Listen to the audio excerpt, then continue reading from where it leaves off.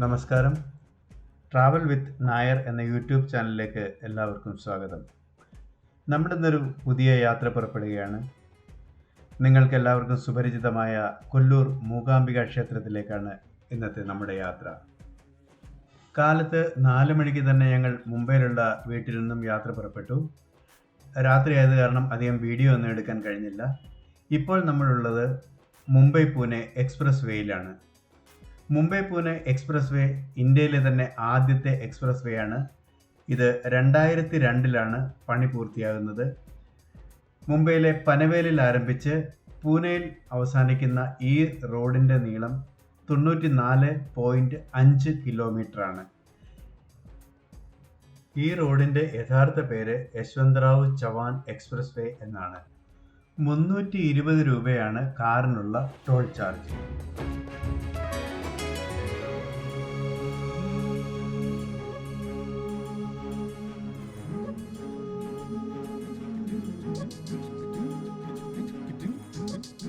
Toll gate കടന്ന് 300 metre കഴിഞ്ഞാൽ ഇടതുവശത്തായി നല്ല ഒരു പാർക്കിംഗ് ഏരിയ ഉണ്ട്. ഇവിടെ വളരെ വൃത്തിയുള്ള ടോയ്ലറ്റുകൾ, പെട്രോൾ പമ്പ്, അതുപോലെ തന്നെ EV charging station, food court തുടങ്ങിയ എല്ലാ സൗകര്യങ്ങളും ഉണ്ട്.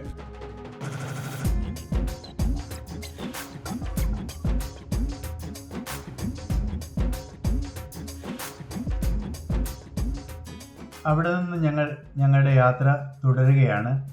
ഇപ്പോൾ നമ്മൾ പോയിക്കൊണ്ടിരിക്കുന്നത് ഖണ്ടാല ഘാട്ട് സെക്ഷനിൽ കൂടിയാണ്. ഈ മുംബൈ പൂനെ എക്സ്പ്രസ് വേ ഖണ്ടാല ഘാട്ട് സെക്ഷനോടുകൂടി അവസാനിക്കും. അതിനുശേഷം ഈ എക്സ്പ്രസ് വേ NH48 മെർജ് ചെയ്യും. NH48 എന്ന് പറയുന്നത് മുംബൈ ടു ബാംഗ്ലൂർ വരെ പോകുന്ന ഹൈവേ ആണ്.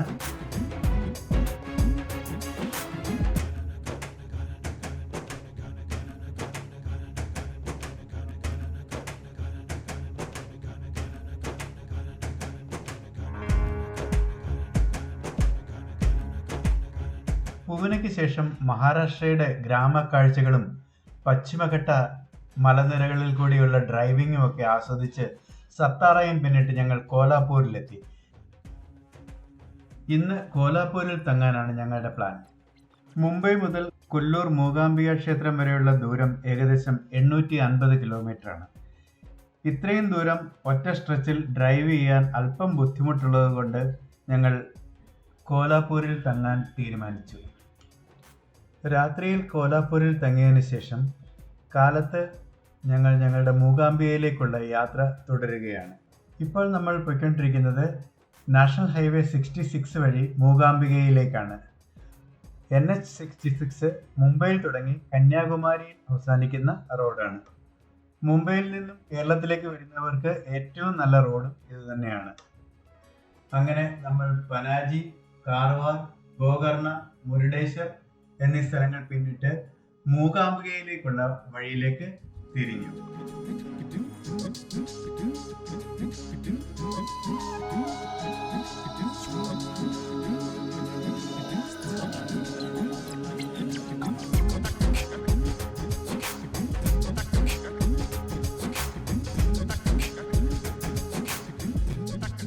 അങ്ങനെ ഹൈവേയിൽ നിന്നും ഏകദേശം 26 കിലോമീറ്റർ സഞ്ചരിച്ച് നമ്മൾ മൂകാംബിക ക്ഷേത്രത്തിലേക്കുള്ള പ്രവേശന കവാടത്തിൽ എത്തി.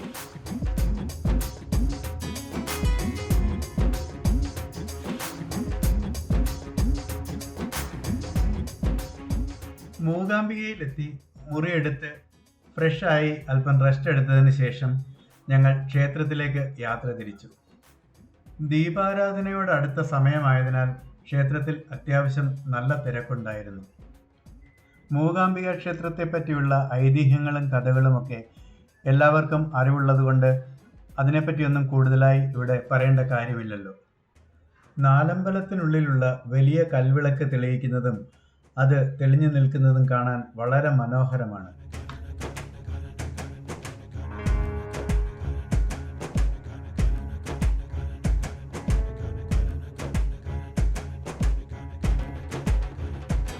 അതേപോലെ ദീപാരാധനയ്ക്ക് മുൻപായി ദേവിയെ പല്ലക്കിൽ എഴുന്നള്ളിക്കുന്നതും പ്രദക്ഷിണം വയ്ക്കുന്നതും അങ്ങനെ പലവിധ ചടങ്ങുകളും ഇവിടെയുണ്ട്. അതേപോലെ ഇവിടുത്തെ വളരെ പ്രധാനപ്പെട്ട ഒരു വഴിപാടാണ് നെയ്വിളക്ക് തെളിയിക്കുക. ഇവിടെ വരുന്നവരിൽ പലരും ഈ വഴിപാട് നടത്താറുമുണ്ട്.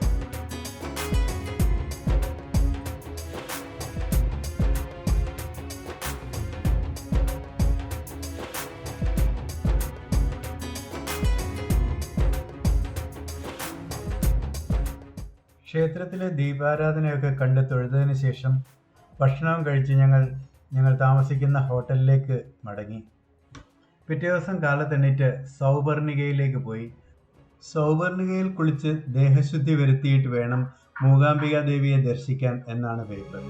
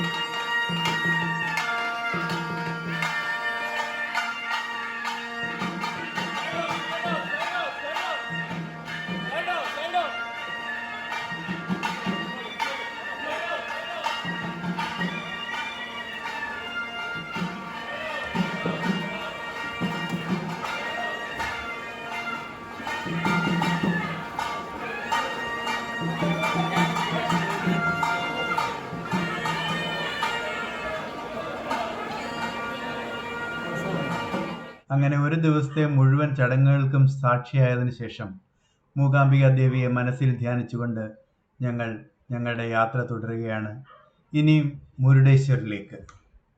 വീഡിയോ ഇഷ്ടപ്പെട്ടാൽ ദയവായി ചാനൽ സബ്സ്ക്രൈബ് ചെയ്യുക, മറ്റുള്ളവരിലേക്കും ഈ വീഡിയോ എത്തിക്കുക.